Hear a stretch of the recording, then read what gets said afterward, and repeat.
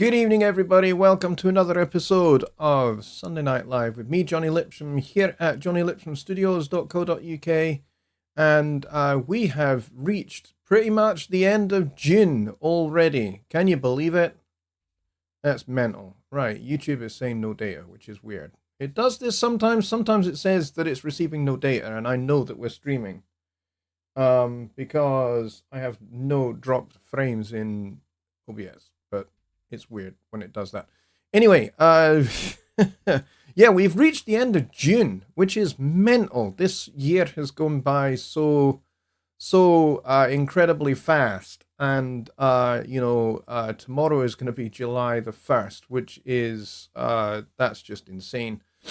But anyway, I hope everybody has had a great weekend so far, and that you're enjoying your Sunday evening.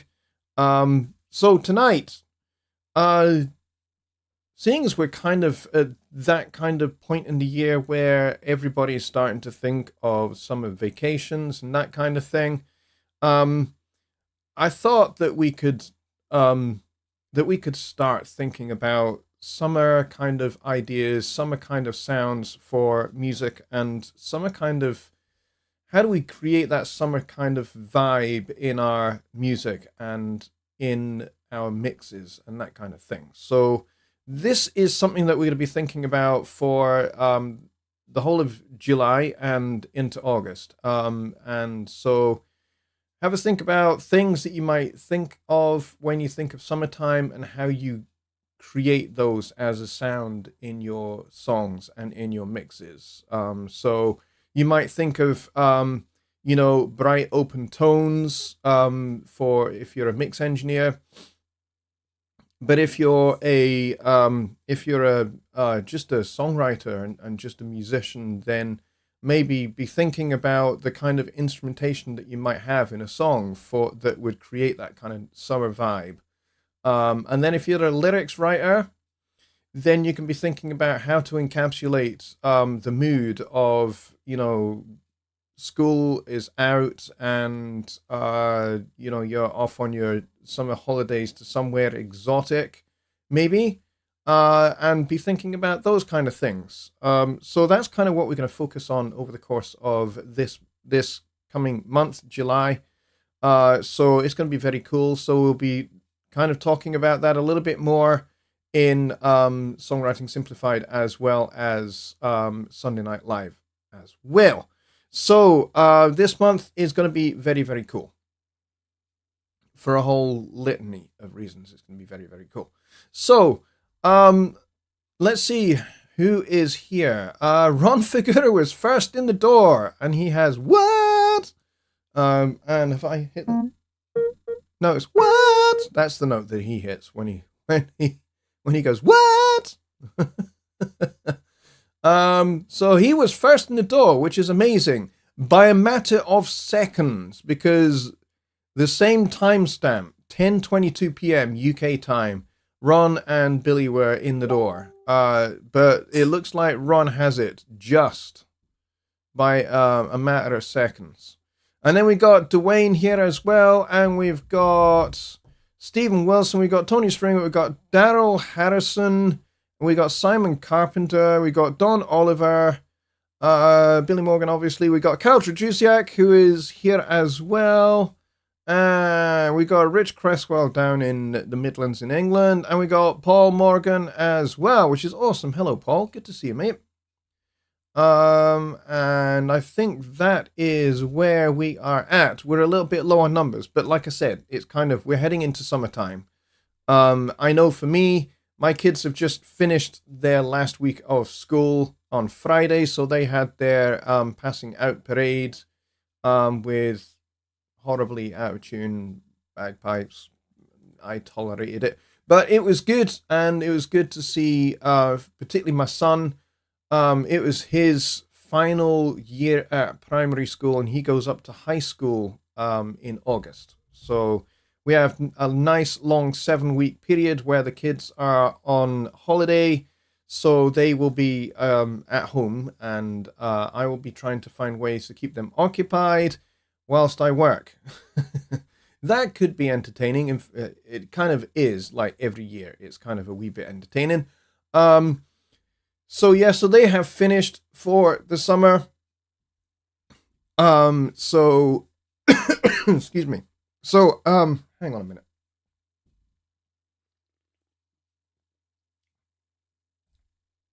I had something stuck at the back of my throat there for a second. Sorry about that. So yeah, so my kids are on holiday, which is pretty cool. All right, so just in case you didn't know, at the end of the month, if you are a Studio One Plus member, a company called Noise Design, who Presonus are partnering with at the moment, have just released a bunch of cool sound sets. I think they did some last month as well, but they've done some more this month, and they're actually really quite cool. So I thought I would at least give you a wee look at what you can do with some of the sound sets. Some very interesting ones. They're a wee bit 80s orientated, which is not really my bag at all. For the most part, I pretty much sat out the 80s musically, because for me, there just wasn't really a whole lot going on musically. For me, there was some great funk music, and there was some really good fusion music in the 80s, but there was some absolutely terrible music as well. And so I largely just sat out that period and didn't really get involved, and certainly didn't really listen to a lot of what was going on. But yes, so there is a new sound set, and it's called The Thing, which I think is a hilarious name for a new sound set. So I thought I'd give you at least a little bit of a look at what it's like. For those of you that are, and also those of you that are not members of Studio One Plus, because I know that there are some people here who are not members of Studio One Plus. So let's go look at some of the things that are now available. So if I go to this button here, so these are the new things that have just been dropped at the end of, these were the ones that were dropped at the end of May. These are actually pretty good. These are all kind of drum grooves, so you got some nice down tempo stuff.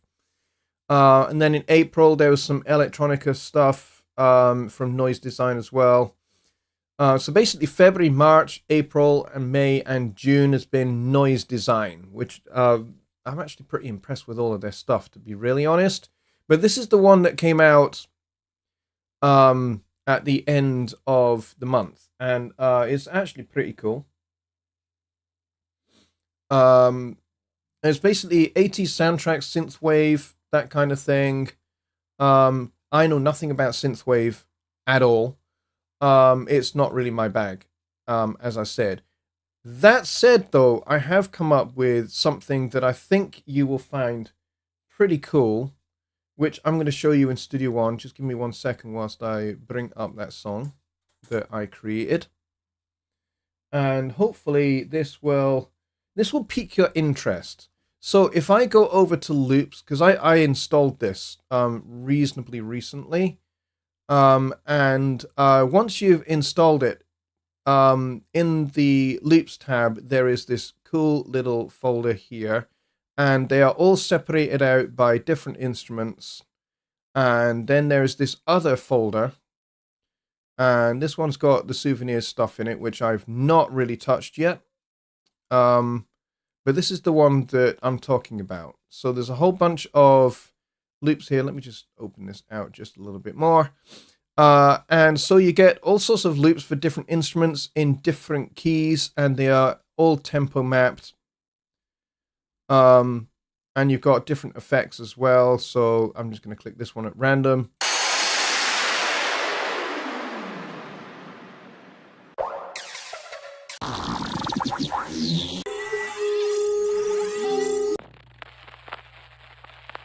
Oh, bit of the old vinyl crackles. Oh, bit of hum and hiss. Always handy to have some hum and hiss whenever you need it. So anyway, the scenario in which this piece was created was I was working with a customer in tech support who couldn't get the thing downloaded. So I made him a short little video on how to download it, where to find them. And essentially what you do is you go to Studio One installation, and it will appear here in available downloads if you have actually downloaded and installed it. Like, there's a whole bunch of things here that I have not touched yet, like the Culture Sounds Toolbox 2. I have not installed this yet, but there's like a whole bunch of other things in here. But once you've installed it, it will appear here. So if I type in here the thing, there it is. So if you've not downloaded it, it will appear in available downloads when you type in the thing, and then you can just select it, and instead of saying activate, it'll say install. And then once it's installed, it shows up in loops in particular, and you have this noise design folder. So once that's in place, you've got all of these choices of different instruments as well as this other folder. Now, the other folder basically is all the same stuff, but just uncategorized. So it's not separated out by category. And then you've also got the effects and things like that in there. But there's like all sorts of guitar things in there. That's the souvenirs package. And then there's some keyboard things in here.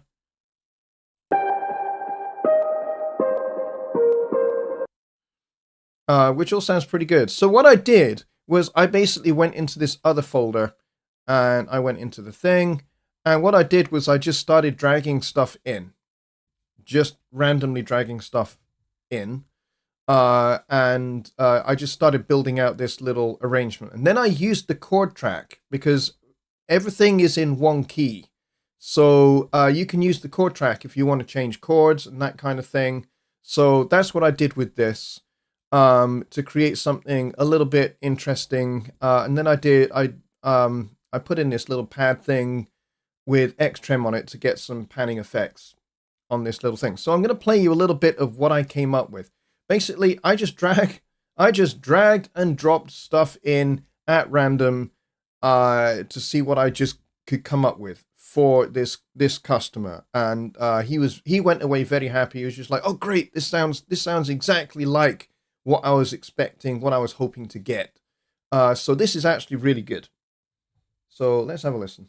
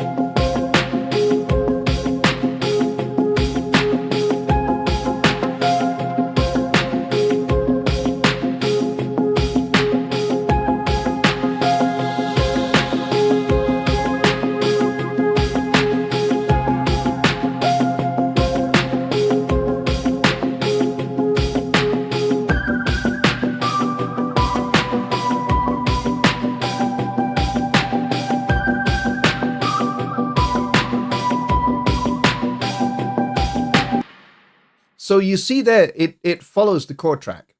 When you put the chords in and you go into, let's say this track here, you open the inspector, and you basically just set it to follow the chord track. Now, what I did for all of these, just because I was being quick to make this customer's video, because I didn't want it to be longer than like a minute, because if I make it too large, he won't be able to download it, because I won't be able to upload it, because there is a download upload limit in tech support. When you're making a tech support ticket, you'll find there's only a 50 meg limit.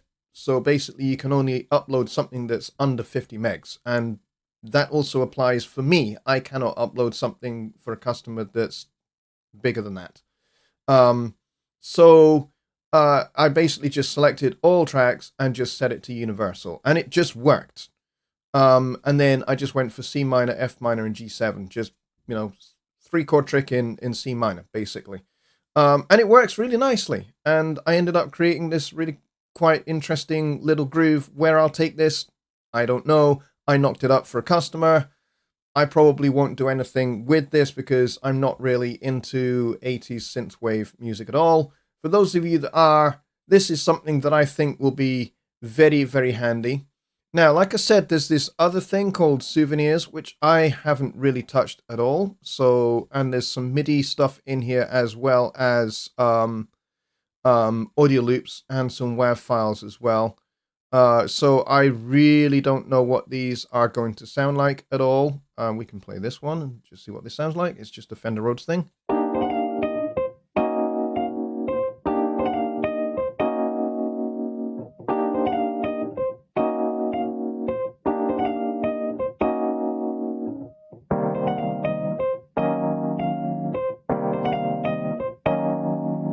Sounds like it could be interesting.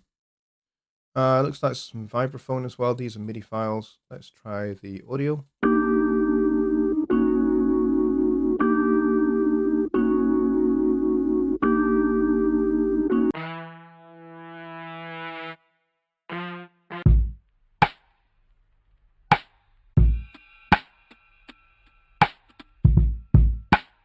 Yeah, this could be quite nice.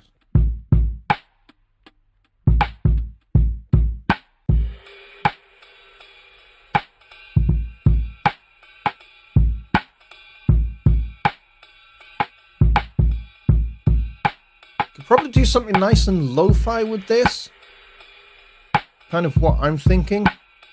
Kind of got that kind of lo-fi kind of vibe to it. So I could probably add something either to this track with a little bit of the souvenir package, or I could just create something else and do something a little bit lo-fi with that, and maybe have some modulation to kind of get that kind of, kind of where it drifts in and out of tune a little bit. And then maybe I might even do a little bit with like half sharps, half flats, and that kind of stuff. That could be quite fun to do. So maybe for Songwriting Simplified on Wednesday, we'll make a little bit of a lo-fi track with this souvenirs package by Noise Design. That could be quite good fun. So that might be of amusement and interest to you guys. So let's see. Do we have any questions? Now that I've demonstrated that just a little bit. So Dwayne says, I wonder why Capture is not covered much. It really has a lot going for it. Well, that's pretty true. Capture is a little bit niche, though. Mostly because it's a piece of software that we created designed to work hand in hand with Studio Live mixers so that you could record a live show with your Studio Live mixer. And then you can do some EQ, compression, panning, and stuff like that inside of Capture, using the fat channel settings on your Studio Live. They can be, they can appear in Capture. And then the cool thing about that is once your live show is you've got your nice rough mix and all of that, you can bring all of that into Studio One. You can open a Capture session inside of Studio One. All the fat channel settings will be there, all your panning, all your, all your fader positions and everything else, and automation that you may have done. All of that will be brought over from the Capture file into Studio One, and then you can actually do a full mix and master with the full suite of PreSonus plugins or your favorite third-party plugins in Studio One. So that's the beauty of Capture. It is pretty powerful, I agree. It has been updated maybe 2 or 3 times in the last 4 or 5 years. I think we're on Capture version 3, I think. I don't really handle Capture. I don't really deal with it. It's not something that I have installed, or it's not really something I work with. So I don't really know anything about capture particularly, other than that's kind of the power aspect of it. It's very, very cool, very useful little piece of software. So if you are using a Studio Live mixer, either the rack mount or you're using the console Studio Live mixers, then capture is going to be really, really beneficial for you.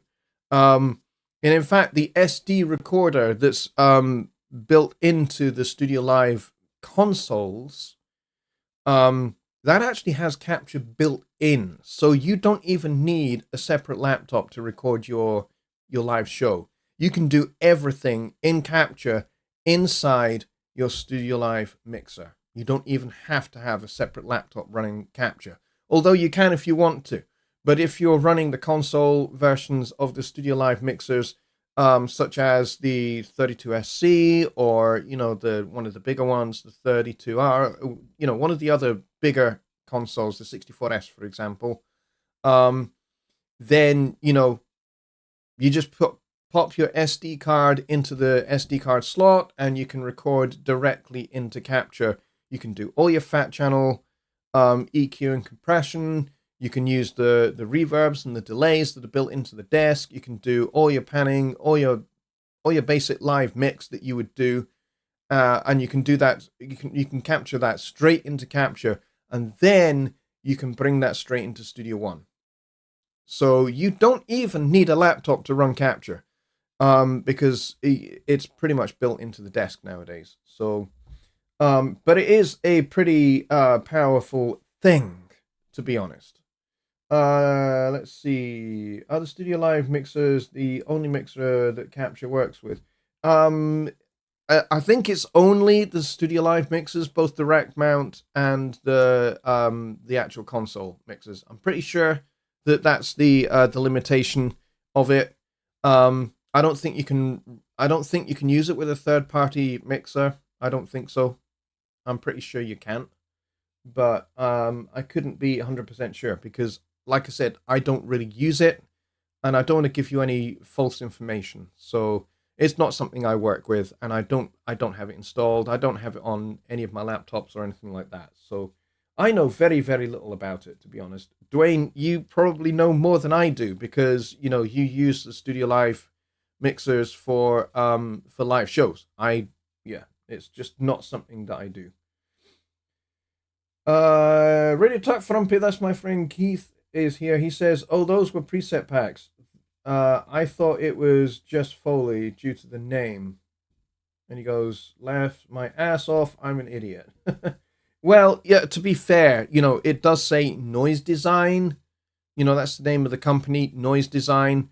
That could be interpreted a whole bunch of different ways, I suppose. So maybe, your instinct would have been to think, oh, it's just going to be sound effects and things like that. But it isn't. It's a whole bunch of different things.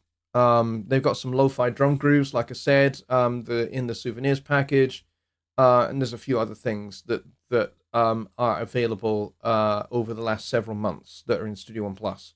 So for those of you that are not yet a member of Studio One Plus, as you can see, a whole litany of sound libraries, sample packs, sound sets for Presence and Mai Tai and Mojito, they all get added every month.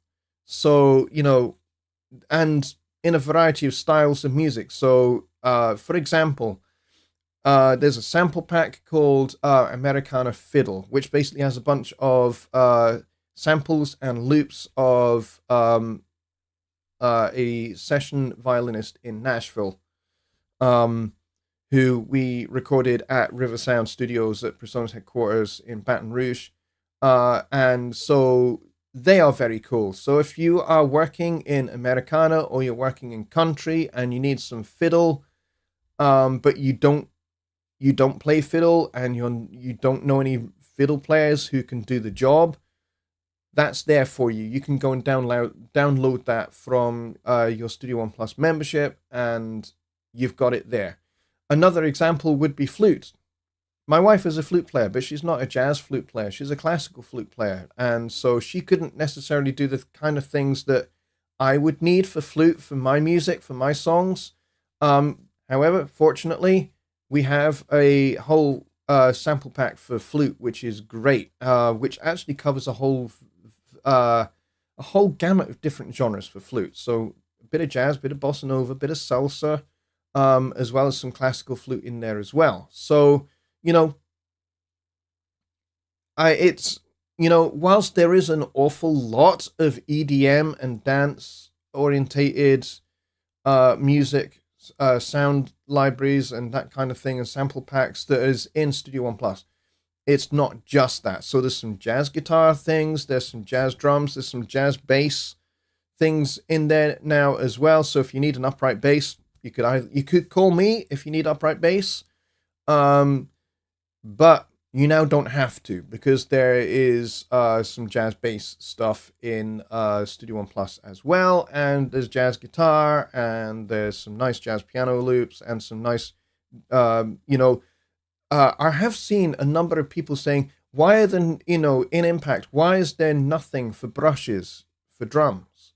Well, in Studio One Plus, there is a brushes sound pack, which gives you some presets, it gives you some loops, and it gives you some samples as well. So you could build an impact kit based out of some of the samples that are in that pack. And that'll give you plenty to be getting along with. And there you've got your own brushes drum set. So that is very well worth digging into. Let's see, I'm just going back and having a look through the chat here. Peter Brooks is here. Awesome. He says, it's been a long time since I was here. I hope you're all doing good. Peter, very glad to see you, mate. Very glad to have you here. I appreciate you coming. I'm just going over here. Old School Funky Soul is also here, and he's from the same kind of area as Rich is down in England. And we've got 23 people here, which is awesome. Thank you very much for coming, all 24 of you. If you know people who you think that this show would be useful for, then please do go and grab them and get them in here. Jared Carney is here. He says, why is it a mournful day? I don't know. It's not a mournful day here. Actually, it's a very, very happy day here in Scotland, so I'm not quite sure, Jared, why you would think it's a mournful day, but that's okay.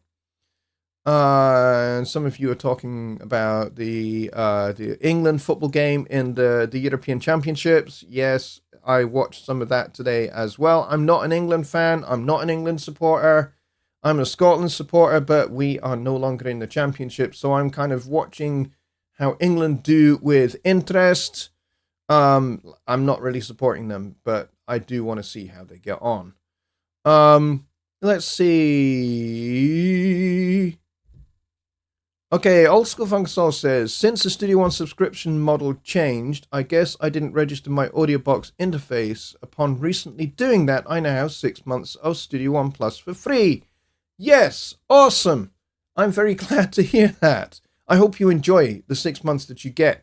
And by the way, here's the cool thing. And I think you'll like this. If when you get to the end of the 6 months, you go, I really like this. This is very, very cool. You can purchase another 6 months. 6 plus 6 equals 12. That would put you in line for the Studio One Plus Hybrid. What do you get at the end of the 12 months for Studio One Plus Hybrid?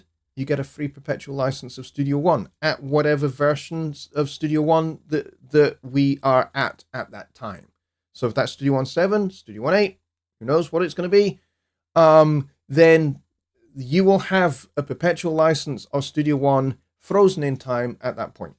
What do I mean by frozen in time? What I mean is it won't update. It will stay at that build. It won't update. But you will still get maintenance updates for the build that you're on. All right. So if like, for example, I'm just plucking something out of the air here. I'm not giving any information away here. But let's just say, when your 12 months runs out, the current build at that time is let's say 7.4. Okay, just just plucking a number out of the air. Let's just say it's Studio One 7.4. So that means that you will get all the maintenance releases between 7.4 and 7.5. But you won't be able to update to 7.5 unless you renew your subscription. And then you will be able to do that. Or if you decide to just buy an outright perpetual license, then you can do that as well. So yeah, so that's kind of Studio One Hybrid and Studio One Monthly and all of that stuff for Studio One Plus. It's very cool, actually. I'm really enjoying it. Oh, Jared was responding to Kyle. Okay, I got you, Jared. Owl is here, but he retracted his comment. Okay. Jared says, things are great, by the way. About to record a national recording act with Studio One. Awesome, Jared. That's great to hear, mate. I hope it goes really, really well. And I hope that that they have a great time working with you and working with Studio One as well. All right, so Peter Brooks is talking about pizza. Pizza Brooks. There you go. I like that. That's a good nickname for you, Peter. Pizza. I like it. All right, so where are we at? We're about halfway through the show now. So I did get an email, which I'm gonna just go back and find because I don't know if Ray is here. I don't see him in the chat, but Ray, I don't know what your last name is, Ray, if you're watching. But Ray asked me this question. He says, can you do a video on how to set up the loopback using the HD8 with OBS? Yes, I can do that. And I'd be very happy to do that. However, it's actually really quite surprisingly simple. I certainly found it very surprisingly simple.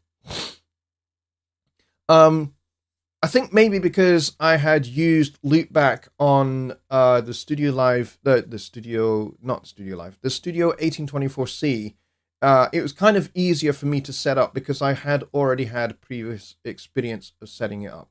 So there's a couple of things you have to do in order to make it work. So for this, I'm going to need to open Universal Control. And I think I kind of showed this when I was demoing, when I was doing my little demo on the Quantum HD8 when I first got it. So I'm happy to show this again very briefly. All right, so let's go to the screen here and let's do that. And then let's do that again. All right, so what we have here is the Quantum HD8 mixer. Now, you'll see there is no real loopback option. You have to go into here, and then you have to show it. So I'm going to show it, and then I'm going to click out of there. And now you will see the loopback is available here. So if I click on loopback 1, now we can see what is going out to loopback and what the level is.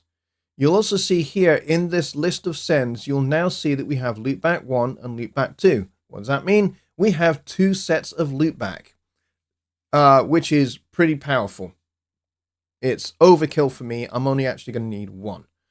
So if you want to send your computer audio, which would include Studio One, through the loopback and into something like OBS for video making, or for streaming, which is what I'm doing right now.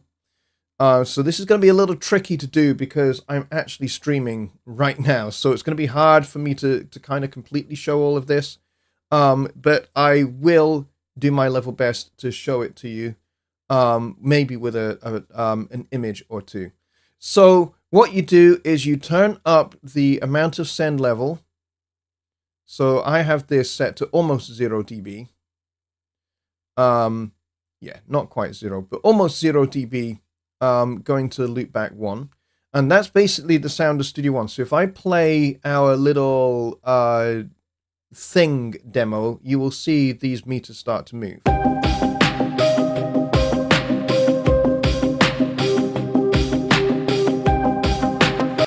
And you'll see here that this is my computer. These are stereo linked, which is why you've got the little stereo symbols on here. And they automatically pan extreme left, extreme right, because these are stereo linked. Now, you'll also notice here that when I click on the returns list here and I click on loopback 1, I can see what level I'm going out to loopback with.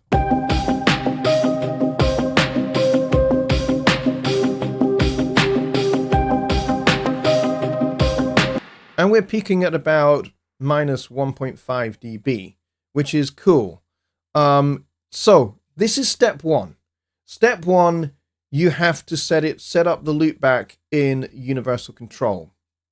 All right, in the mixer, and you also have to set it up in. I think you also have to show it here. Oh no, you don't. You used to in the older version of universal control. You had to set the loopback here first, but you don't have to do that anymore in this version of universal control. You just do it in the mixer for the device, okay? Which is what we've just done. So now that that part is done, we're good to go there. Next thing you have to do, Studio One. No, we need to go to the I/O settings. Next thing you need to do is you need to create a virtual stereo input. Not an output, an input. Okay? So that's what I did. I created a stereo input, and then you assign it to loopback left and loopback right. So this is for loopback 1. So this is loopback 1 that is coming out of in what we just set up in universal control. Okay? So you assign that. I call it virtual stereo, but you can call it whatever you want. You can call it loopback. You can call it whatever you want.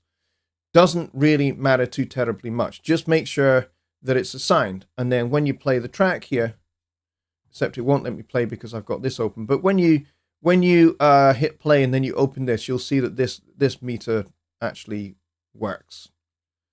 And then you know that you've got audio going through universal control, through loopback, and that is all working. Once you've got that set up, the next challenge is to set up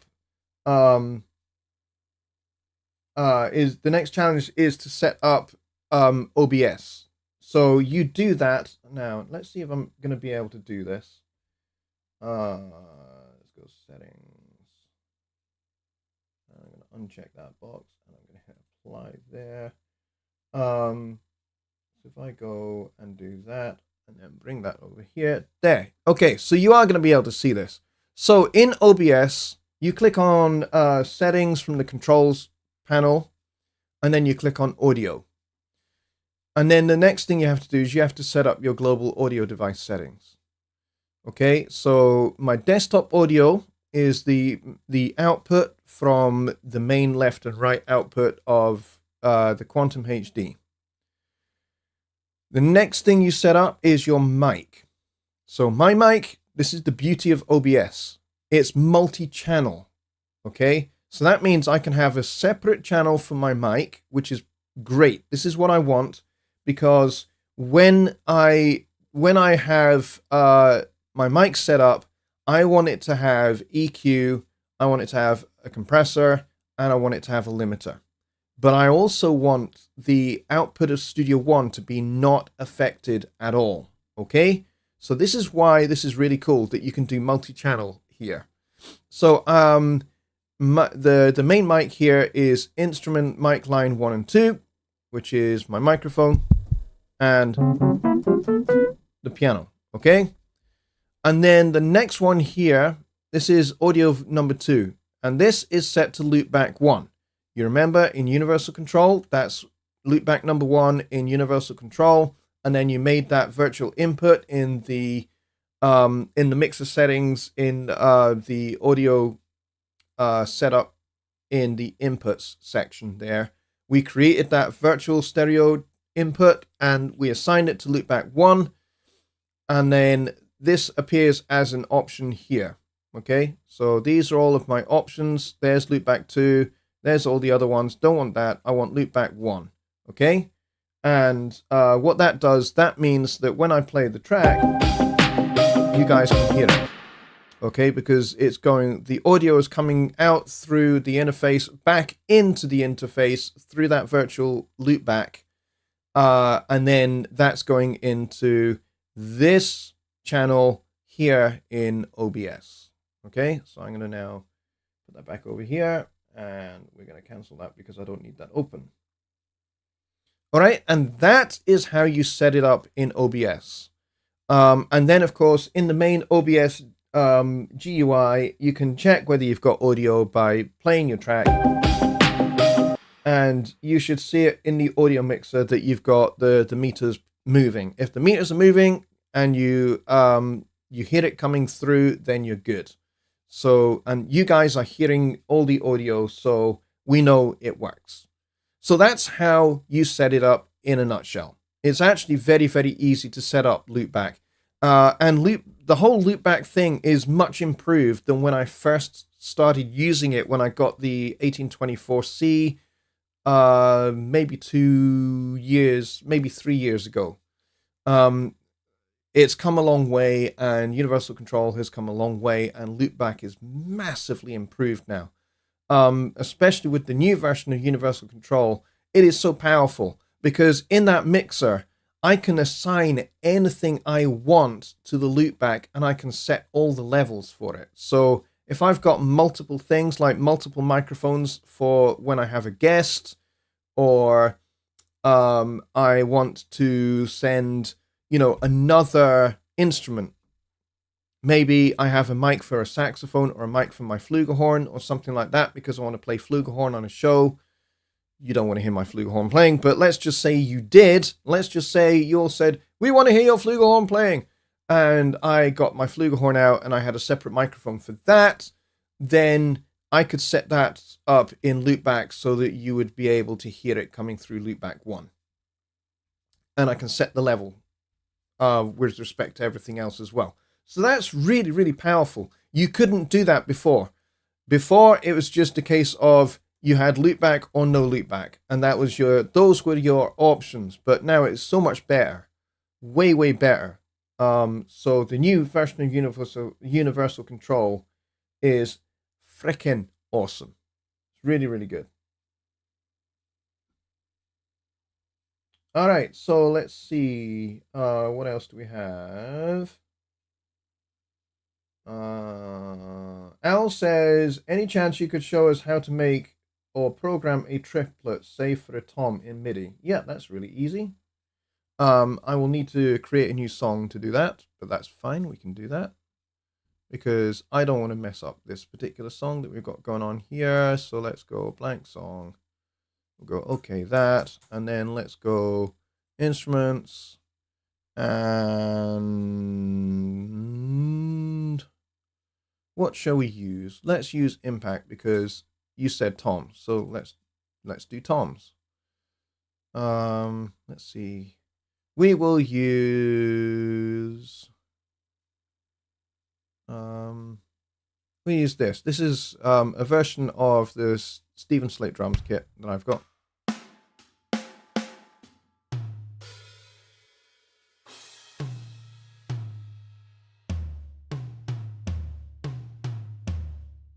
All right, so we could easily do some triplets with that. So let's record enable that. And that's going to be.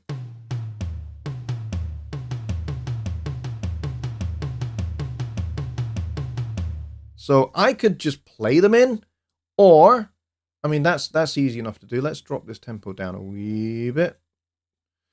And let's get a metronome on, why not? And we'll do pre-count, and we'll keep all those settings as they are. We'll do 2 bars of pre-count, and let's just say we're going to do, as if we're about to start some kind of slinky, slightly sexy, maybe slightly striptease. I know I'm trying to keep this family friendly, but certainly slightly slinky drum intro for something kind of bluesy and sophisticated, maybe a little bit 1920s maybe. So let's arm the track to record it.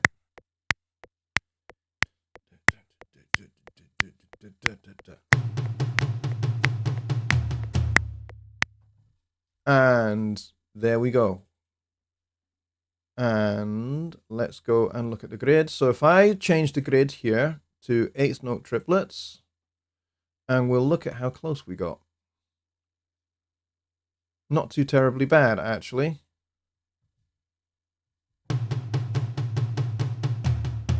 Yeah, slightly rushed, but that's okay.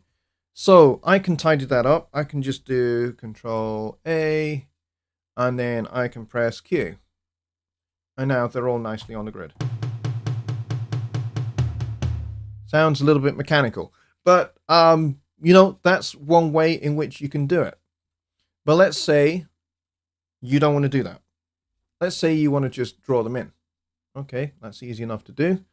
So let's go and grab our pencil tool, and we'll just go doink.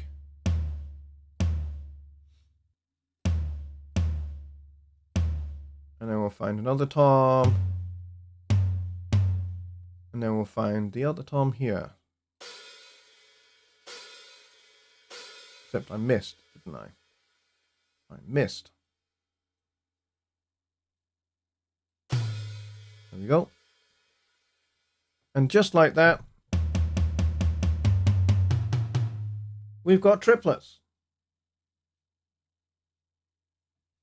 Just like that. And if you want to see them in score, you can just click on the score and we'll apply the staff preset. We'll go drums. We'll go drum set. And there you have it.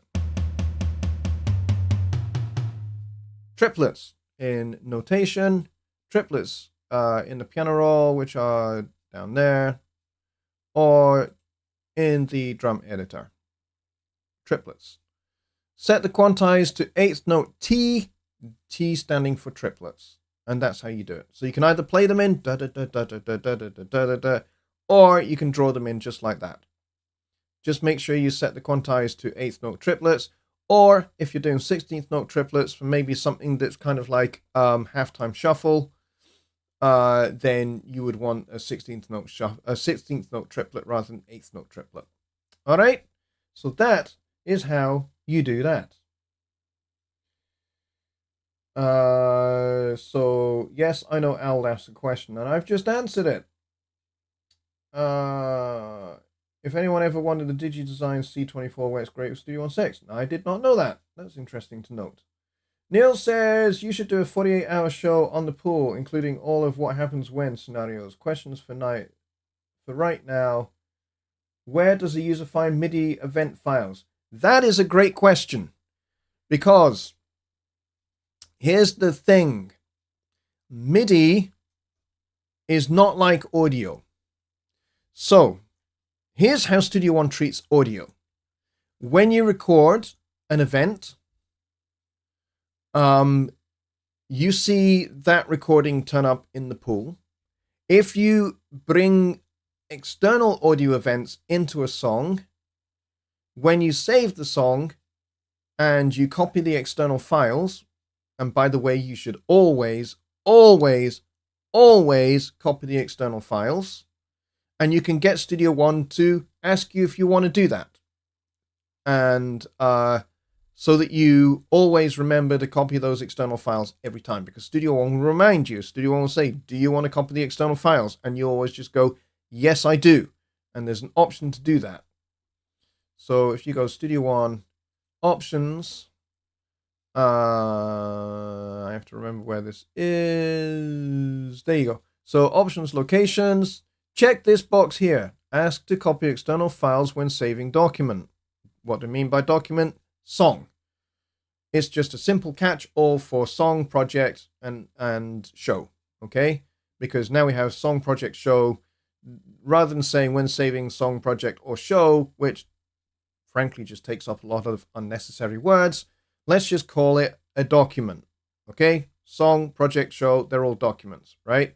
So make sure this box is checked. And when that box is checked, when you bring in anything from an outside source, for example, via WeTransfer, Dropbox, or from a workspace, or whatever you're using to get external files into Studio One, like you're a mixing engineer and somebody sends you the stems, and you bring those into a song, you want to have this box checked. You must have this box checked. Okay? Make sure it is. And when it's checked, what happens is when you do that, oh, we have a little moth that's just appeared in the studio. When you do that, what happens is a dialog box pops up and says, do you want to copy it? And you just go, yes. What that does is that copies all the audio events to the media folder in the folder for the song. Okay? This is really, really important. If you don't do this, you will get missing files errors, because those songs from the outside source, if you then go, great, I brought them in, I'll delete them out of WeTransfer, or I'll delete them out of the Dropbox folder to save space, you have a problem. You will get missing files errors, and they will not be inside of Studio One. That's why you must copy the files to the media folder, because then you now have a local copy of those external files, and they are in a place that Studio One will scan, will look, and will reference. Okay? So that's audio. MIDI is different, because MIDI is just note data. It's note on, note off, CC data, it's sustain pedal data, it's note controller, it's musical symbols, it's sound variations, it's pitch bend, modulation, it's data. It's not sound. It's not audio. It's just data. In that case, you will find that there's no MIDI in your pool, for example. All right? I'm looking at the pool now. Let me move me just a little bit.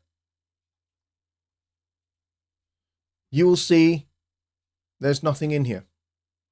All right? I've just created this event, but there's nothing in the pool, because MIDI is data. Data stays inside the song file. Okay? It's stored inside the song file, unless you brought an external MIDI file in. So let's do that. Let's go and grab this bells thing.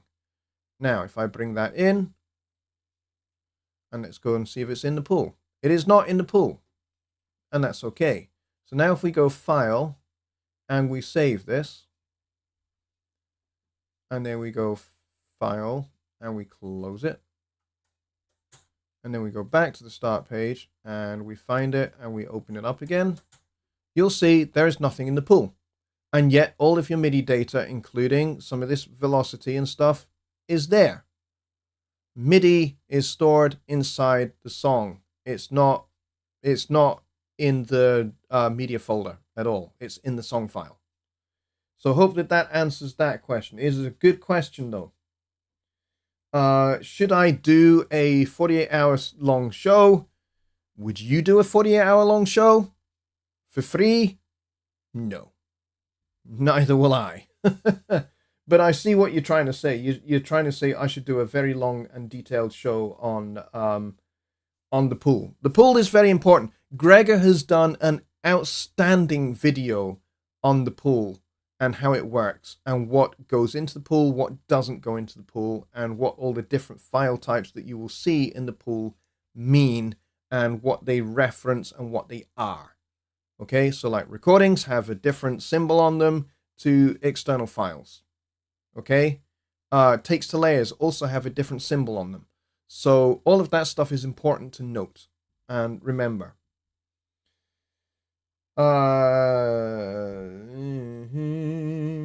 Let's see, what else do we have?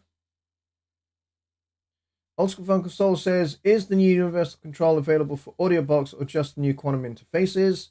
Universal Control, it supports a bunch of devices. Let me check whether it supports.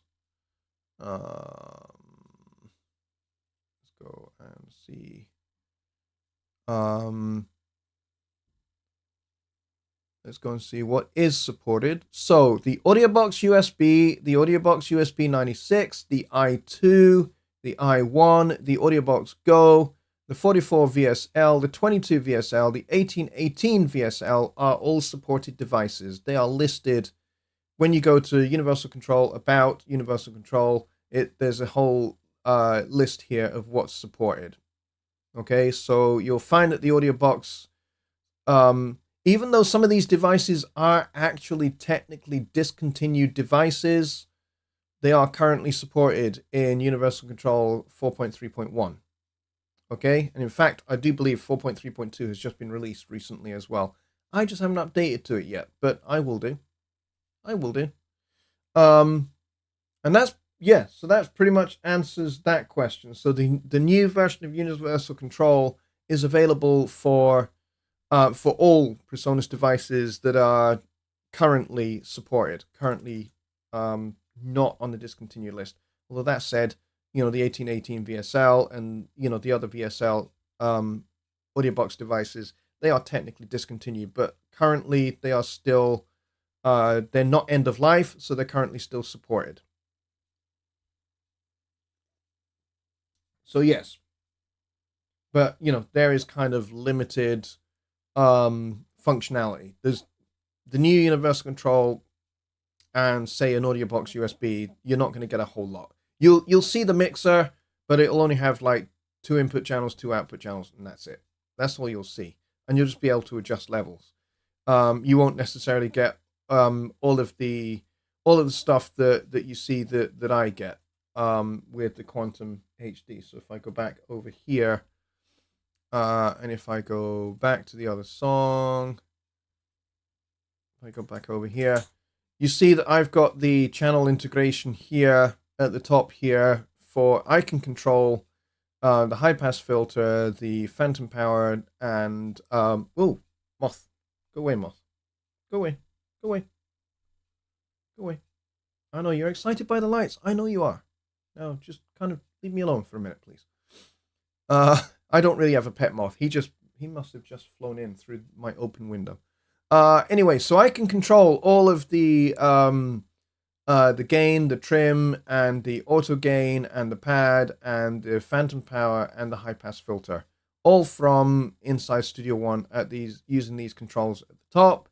I've also got this here for setting the output of the headphone sources, the monitors. I can speaker switch. I can dim and I can mute the speakers. I can do a whole range of things. I'm not gonna demonstrate what these do, because if I do, you'll stop. You won't be able to hear me.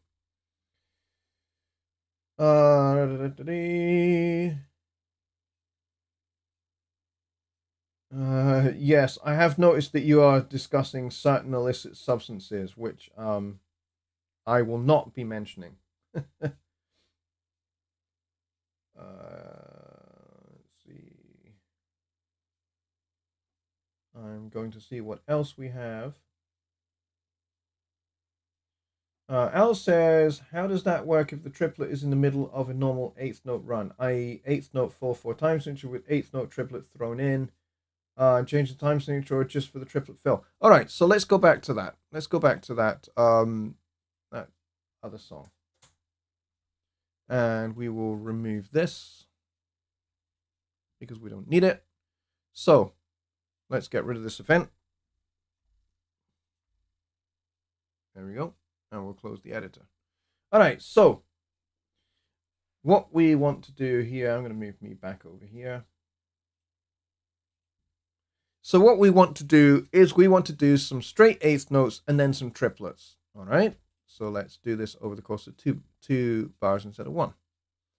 All right, so I'm going to get my drumstick and I'm going to do this. I'm going to do this just on the snare drum with the left hand. So I'm going to change this to regular 8th notes. And I'm going to go 1 and 2 and... Now let's say on beat 3, I want to do 3 8th note triplets. Change the quantized value to 8th note triplets. And then let's say we want to continue that triplet thing. Like that. All right, so when we play this back, that's what we get. All right, and then we can of course change some of these velocities just to make it a little bit more kind of natural sounding.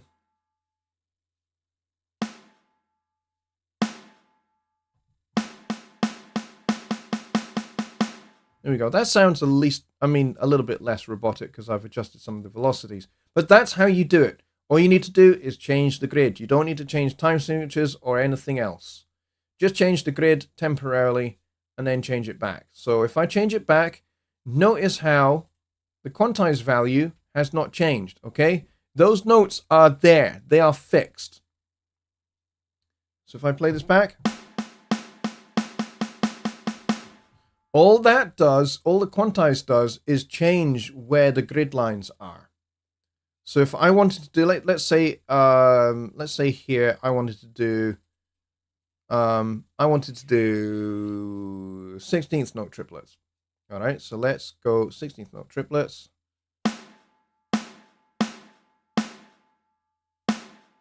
And then I want to go back to 8th note triplets for beat 2. And then I want to go back to 8th notes for beat 3. And then just a quarter note on beat 4. So now when I play this back,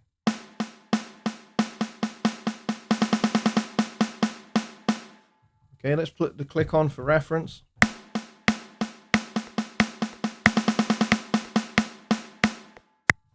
Okay. And then again, we can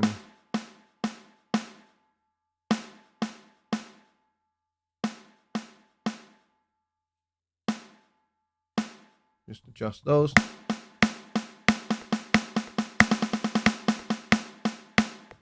And there you have it. It's much more natural sounding. All right, so that is how you do that. And as you can see, I've changed the grid back to 8th notes. Those still remain as 16th note triplets.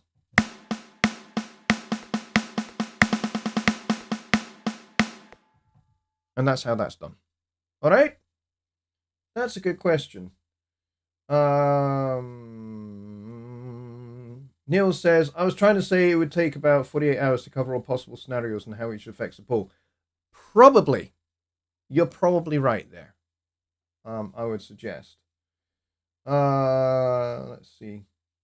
Neil says, regarding those MIDI event files, you say they're saved in the song. Okay, what is the exact location in the file tree of those files? Do you know what? I don't actually know. I think they are stored actually inside the .song file. Okay? So when you create a song, each song has its own folder called whatever song, that's, whatever your title of the song is. Let's just say my new song. Okay? So when you create a new song, that song now has a folder called my new song. Okay? Inside that, you'll find the .song file, and you'll find a media folder, and you'll find an images folder. What's the images folder for? That's for drawing all the waveforms and stuff like that. And that's pretty much it. So if your song just has literally just MIDI, that's all you'll get. All right, so let's save this song. Let's go over here and let's right click this guy and let's go show in Explorer. And I'll show you what I mean. So here we go. Here's my folder. That's the title of this song, 2024-0701 support.song, okay? And you'll see that there's a history folder. If I open the history folder, these are the autosaves that have taken place. That's all there is. There is literally no other folders. There's no media folder, there's no images folder. Why? Because there's no audio, there's no waveforms to draw. It's just MIDI data. So the MIDI for everything that we just did is stored inside the .song file, okay? That's it. MIDI is data stored inside the song file itself, okay? See, there's nothing else here in this folder. So any MIDI data that you either create or you drag in from an external source should all be in here. The one caveat that you may find that you have is if you bring in something that is like an instrument preset file. Instrument preset files are handled differently. So let's say you bring in something that has note data, it has modulation, it has pitch bend, but it also has the patch and the bank and the preset patch for a particular instrument. It's a preset file as well as all the other MIDI data associated with that file. Those are handled differently. But if it's just something literally like that little drum thing that I just created, there's nothing in the folder, okay? Because it's all stored inside the .song file. All right. Also Funk Soul says, I still see the old GUI even after you asked me to download Universal Control. That was before the new Quantum release.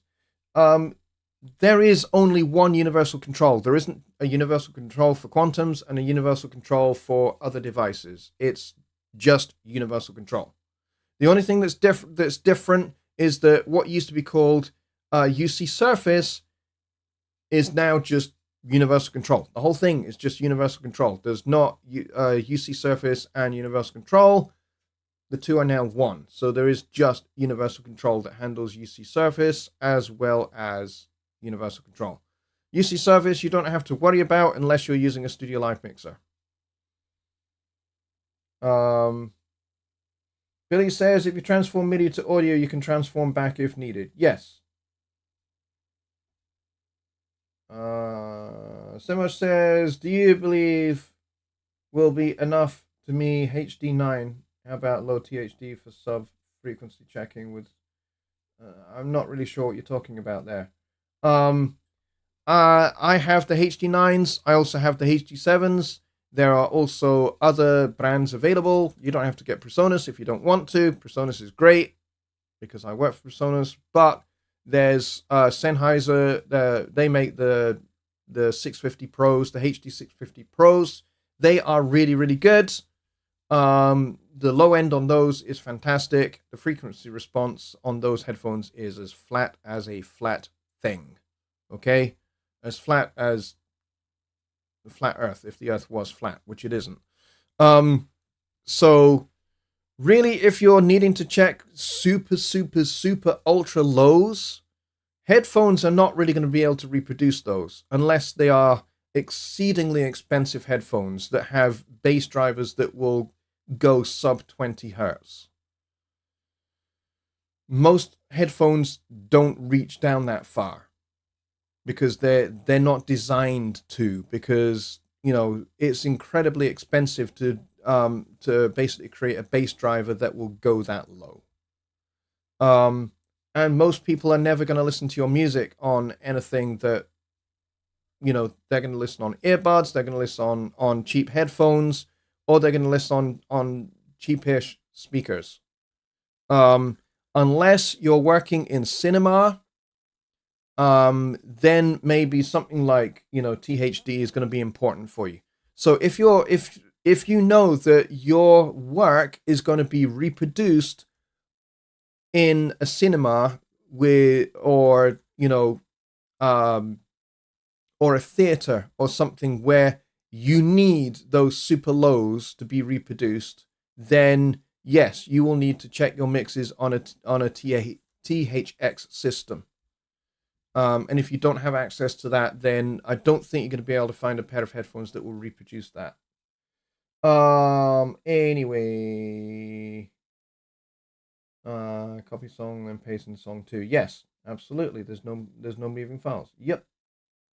All right, we are 13 minutes overtime because you guys were asking such good questions. I was just enjoying your questions. Thank you very much, everybody. That has been a fantastic episode of Sunday Night Live. You guys are the best. I appreciate you very greatly. And basically all it remains to say for me to say now is thank you very much. If you are new and you have just subscribed so that you could be involved in tonight's show, you are awesome. And yes, I am pointing at you. Thank you. I appreciate your subscription. I appreciate your support. Make sure you hit the like button if you like what I do. I appreciate that.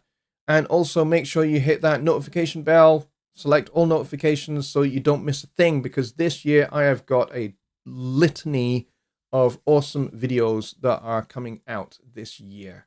I've got loads of stuff coming this year. And I'm very excited about the content. It's not going to be dropping for a little while. I am working on them as we speak, but when they drop, man, there's going to be a load of stuff. So you don't want to miss anything this year. Trust me, you really don't. So make sure you got notification bells selected, all notifications, and make sure you're subscribed, and make sure you hit that like button and all that fun stuff. And if you really like what I do and you want to be super duper extra generous and kind, then in the description below there is a link to my PayPal. Well, it's not really a link, it's just the URL for my PayPal. Just copy paste that into your browser tab and hit me up with some cash if you would like to. You don't have to, but if you feel the inclination to do that, then by all means do it, but there's no obligation. It's just if you want to support me in that way, feel free to. All right, so with that said, Billy Morgan has a Zoom hangout. I may join for a little while, but I actually have a few domestic things I need to get done before I come and join. So until then, folks, I'll see you on Wednesday for Songwriting Simplified. Have a great start to your week. Cheers, everybody. Bye for now.